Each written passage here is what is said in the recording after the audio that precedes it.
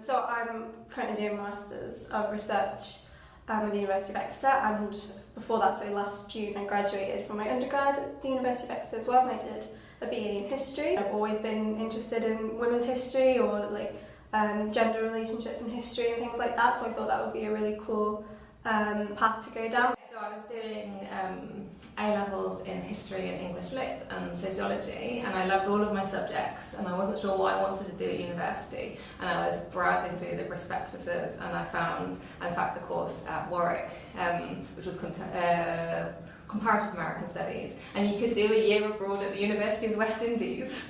And I was like, wow, imagine that, imagine getting to spend a year in the West Indies. And I didn't end up going to Warwick, and I didn't end up doing a year abroad, but I realised that there was this thing called American Studies, which meant that I didn't have to give up, two of the main subjects that I loved, which was literature and history, that I could actually do them both. And not only that, but I could do politics and I could do film.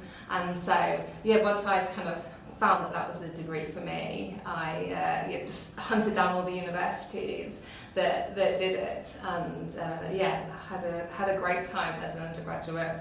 So I'm 150 years old, but I'm very much a creature of popular culture. So when I was growing up, the music I liked was American music, and as I discovered, it was also music that was heavily influenced by African American culture and rooted in the American South.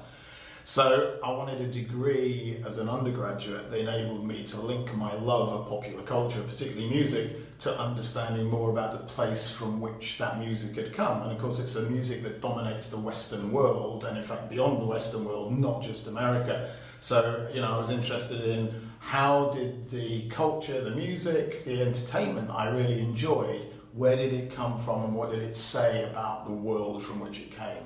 So that was the start. And an American Studies degree was exactly the right kind of program to mix and match all those things. And then I folded in, because it's an American Studies degree, sort of interested in things to do with politics and sociology and literature, one thing or another. So it's it's a great degree for someone who is interested in a number of things and doesn't want to, in inverted commas, specialise too soon, because you can juggle your interest in history, in literature, in politics, sociology, film, music, in my case as well. So, the American Studies degree was a perfect degree for me.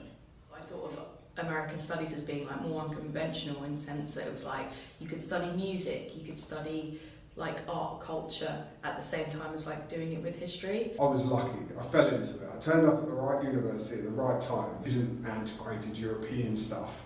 Sorry to all the European lovers out there, but this is new stuff on new boundaries, talking about new things, and that was phenomenally interesting to me. It sparked my imagination and continues to, so that's how I fell into American Studies. And then you find people, you don't naturally stick in that space.